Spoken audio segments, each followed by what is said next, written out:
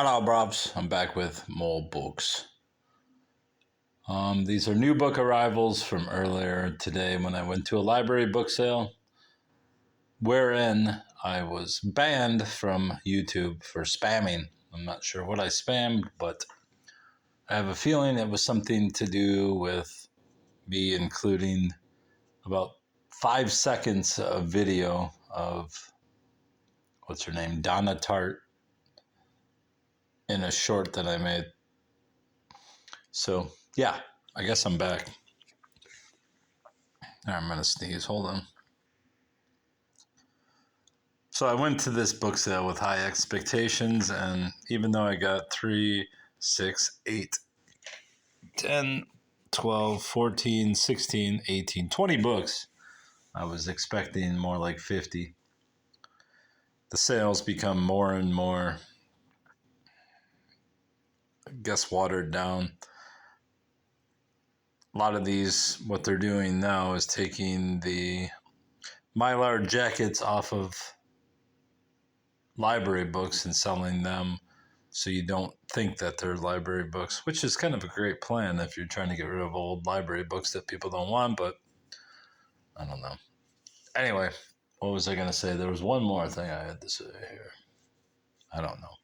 I'm sure I already have this book, Parnassus on Main Street, which is a history of the Detroit Public Library, but since it doesn't have an ISBN, I couldn't check. Yeah, look at this. Did not ever see this before. If I do have the book, which goes to show you that I have too many books. The old book plates, which I've tried to collect a few. This one's really desirable. I have a couple, but none are like this. None are this good. I think I may have one of those. These are amazing, honestly. See if there's different ones back here. No, same ones. Well, you learn something every day. I don't go to the deep. Oh, look at that, a John King book.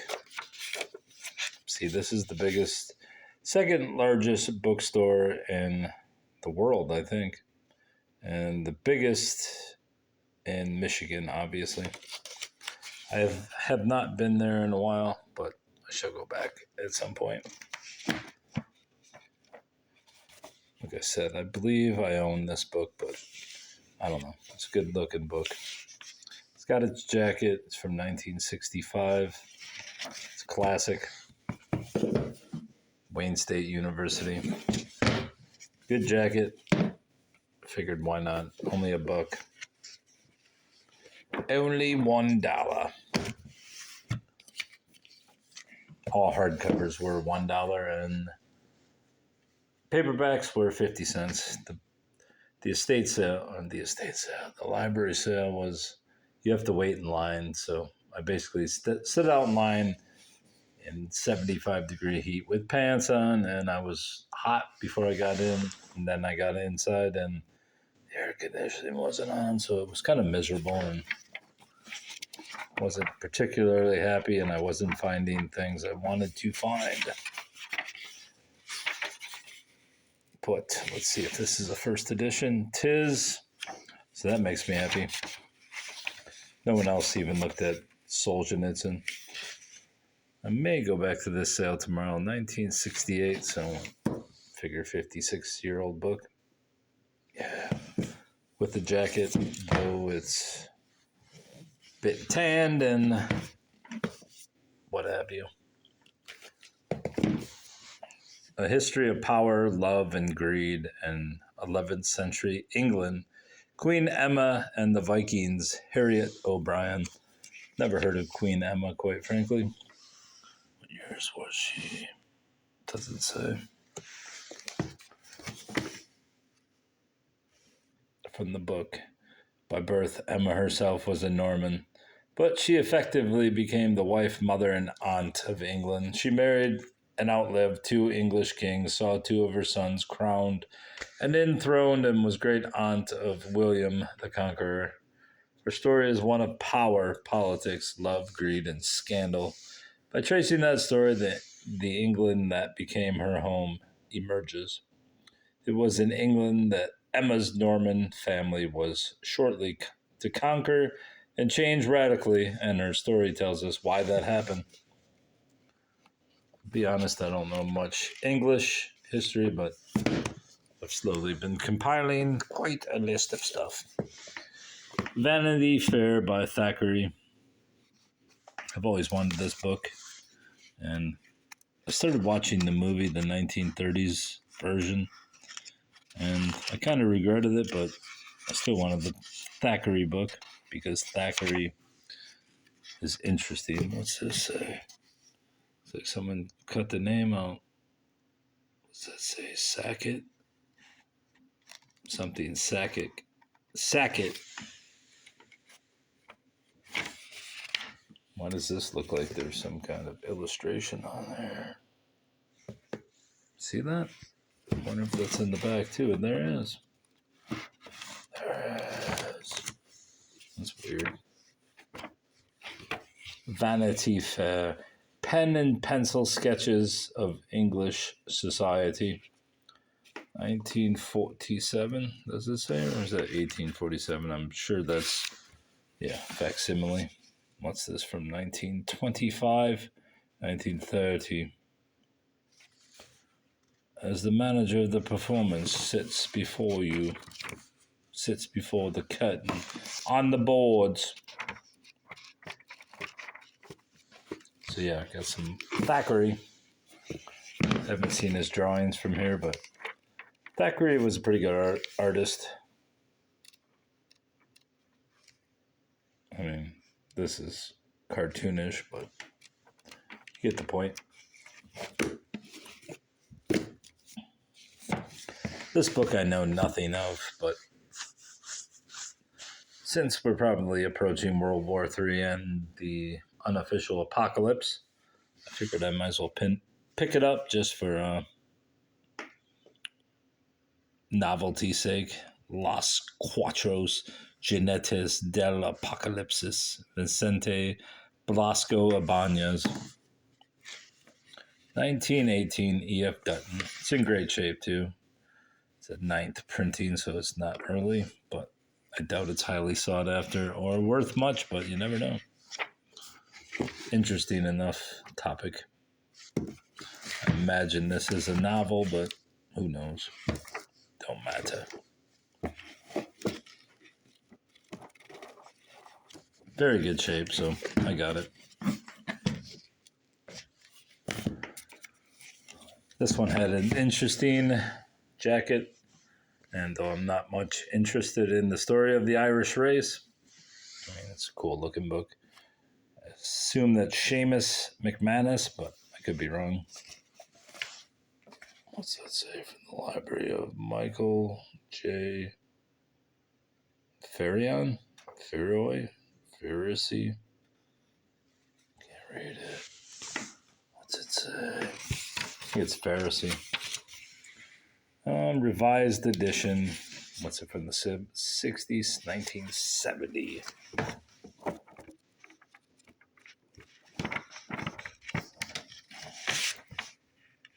The story of the Irish race. Interesting enough book. The Odyssey of Henry Ford and the Great Peace Ship. I have no clue what this is about. It's a school library book. Let's read what it's about, buddy. Shortly before America's entry into World War I, automobile magnate Henry Ford made it a matter of public record that he, for one, was burning with a plan that would put a stop to the silly killings going on abroad, and that would get the boys out of the trenches by Christmas. Henry Ford felt that with all his millions, no one was better qualified to do something that would put an end to war forever. His impetus idealism inspired him to charter an ocean liner, the Oscar II, for a voyage to Europe through submarine-infested seas, with stops at Norway, Sweden, Denmark, and Holland, and a land excursion through the belligerent nation Germany itself, and to load it with a cargo of pacifists of every stamp. His hopeful destination as Columbus was India was a ceasefire, and along the way, Ford and his disciples planned to bombard Europe with radio messages from aboard the Oscar II urging peace. What an odd concept. As you can see, somebody pulled the jacket from there with the stupid library bindings that they have. South Lion. Publicity stunt. What year was this? World War I. Considering that Hitler later became an icon for Hitler, I mean, it's probably would be a welcome book if he were still in existence, though he's not. 1967. So I don't feel that bad about buying the book. Burnett Hershey. Speaking of World War II, here's a guy who was in prison after World War II for treason. Ezra Pound, poet. A Portrait of the Man and His Work by A. David Moody, Volume 2, The Epic Years, 1921 to 39. And by epic, I assume his poems and cantos and such.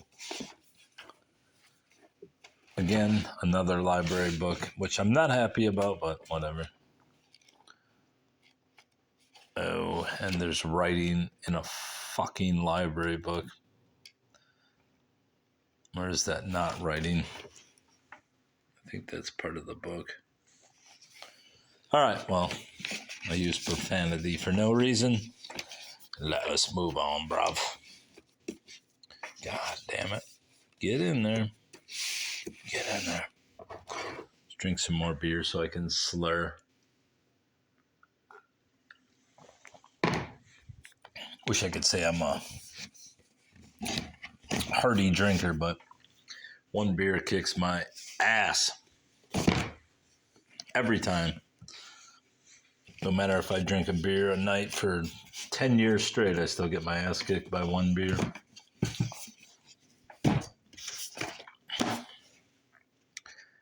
The Works of Edgar Allan Poe, Volume 1V. What's that for? What's that say? Emmy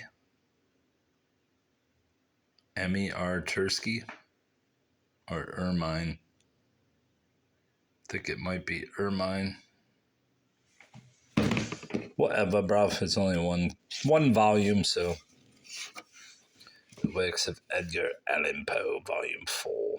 Copyright 1902 by Frank Lovell. Book Company, Publishers, New York. The Richmond edition in 10 volumes. Obviously, I only have one, so that's disappointing, but it's Poe, so.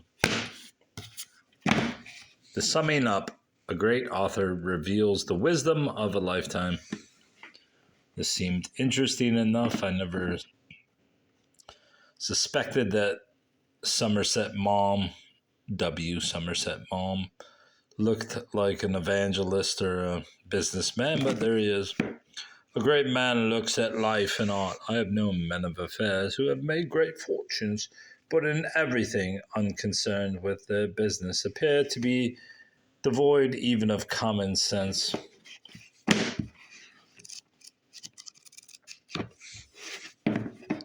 Don't know if it's worth anything, but it's worth something to me. Blacklash. Eldridge Cleaver, Malcolm X. Frank Yerby. I did not know Frank Yerby was black. If he is. Yeah, they are militant, but maybe I'm thinking of somebody different. Was Frank Yerby the Western writer? Seems highly unlikely. Langston Hughes, County Cullen, Julius Lester, Richard Wright, Marcus Garvey. I always pick up these sort of books because why not? And this one qualifies for One for Me Mother. told me to grab her a couple of books when I go. So should be pleased with this. The Murder of Helen Jewett. I do plan on reading if I don't become spammed out of YouTube's favor. I think it's Mary Rogers. Is that her name? I have a couple books on Mary. One is vintage, and I'm more comfortable reading vintage books since most of those authors are dead and can't file a copyright. Outside a lower Manhattan brothel on a cold spring morning in 1836, a crowd of curious bystanders and a newspaper man filed past the body of Helen Jewett, a beautiful prostitute who was slain in her sleep. The prime suspect, a young man. Let's see if she's really beautiful. Let's find a picture of her. Or is there only illustrations?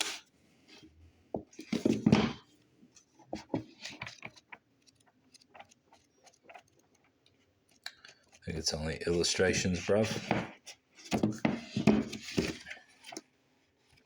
There are no pictures of her. No matter. The Years with Laura Diaz, a novel by Carlos Fuentes, who I have a few books of, including Aura, the classic about, what's it called?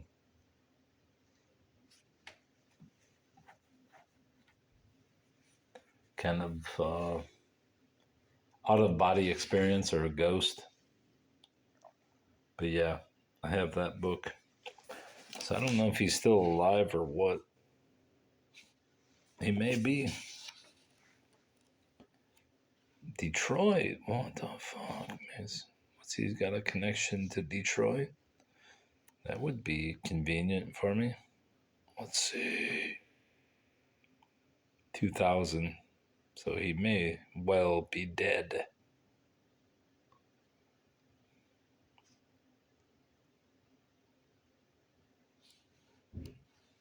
Neighbor's home. So I'm going to pause this. F the neighbor. I will just go on with the book. Chapter 1, Detroit, 1999. I knew the story. What I didn't know was the truth. In a way, my very presence was a lie. I came to Detroit to begin a television documentary on the Mexican muralists in the United States. That would be Diego Rivera. Secretly, I was more interested in capturing the decay of a great city, the first capital of the automobile, no less, the place where Henry Ford inaugurated mass production of the machine that governs our lives more than any government. One proof of the city's power, we are told, is that in 1932 it invited the Mexican artist Diego Rivera to decorate the walls of the Detroit Institute of Arts. And now, in 1999, I was here, officially, of course, to make a TV series. Obviously, this is as the train blares. Great.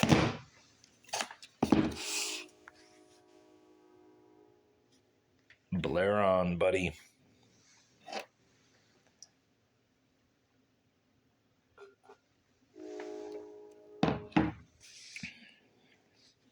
Ezra Pound, The Solitary Volcano.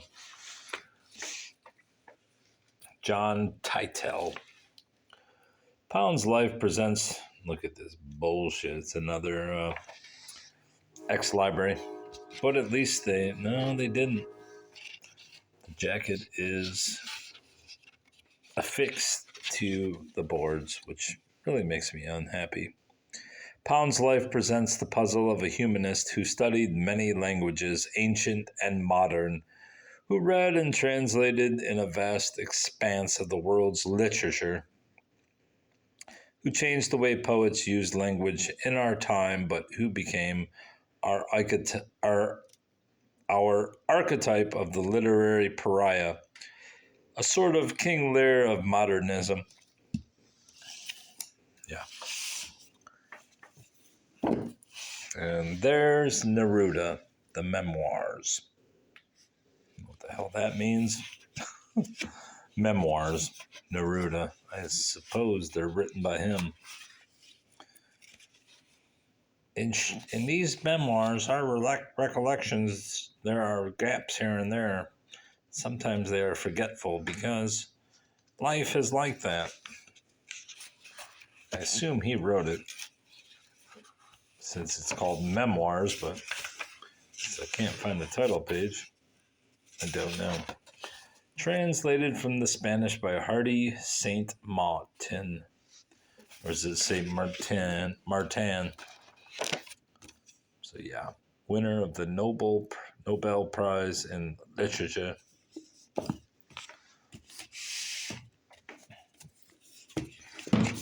Zora and Langston. Obviously, Zora Neale. Is that her name? Neale Houston and Langston Hughes. Story of friendship and betrayal, which is the only reason why I purchased it, even though it is a motherfucking library book.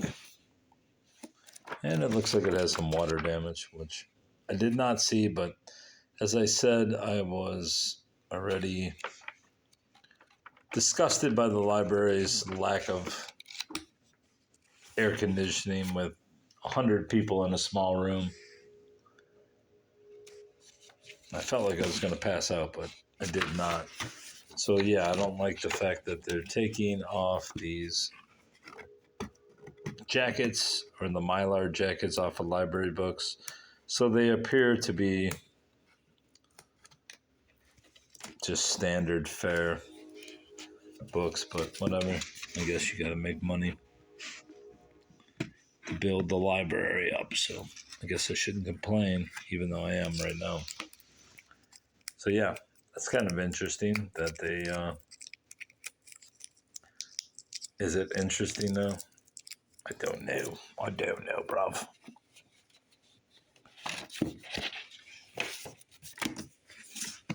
Interesting enough, I guess.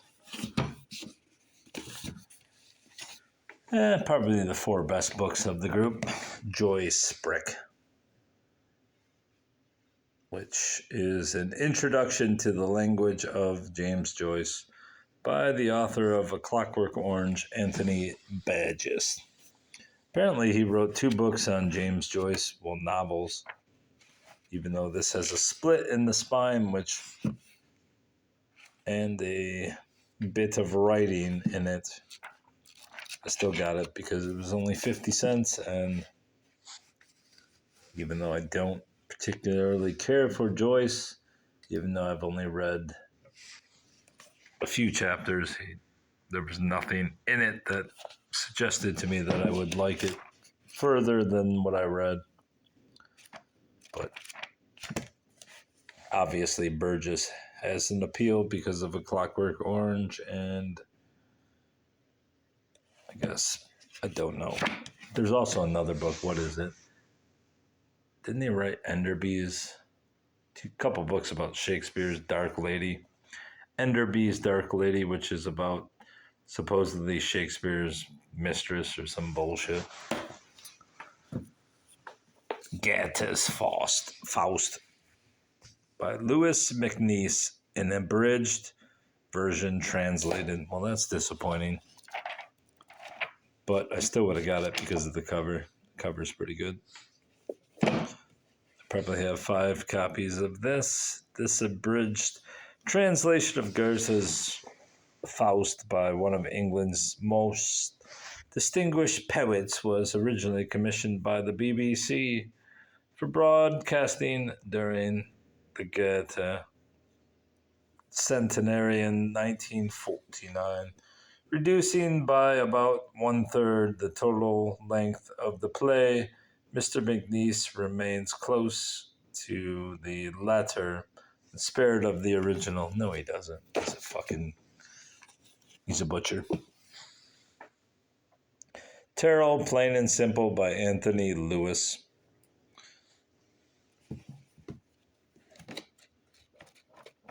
I may have this book. I do not know. But I would have bought it anyway. Interesting.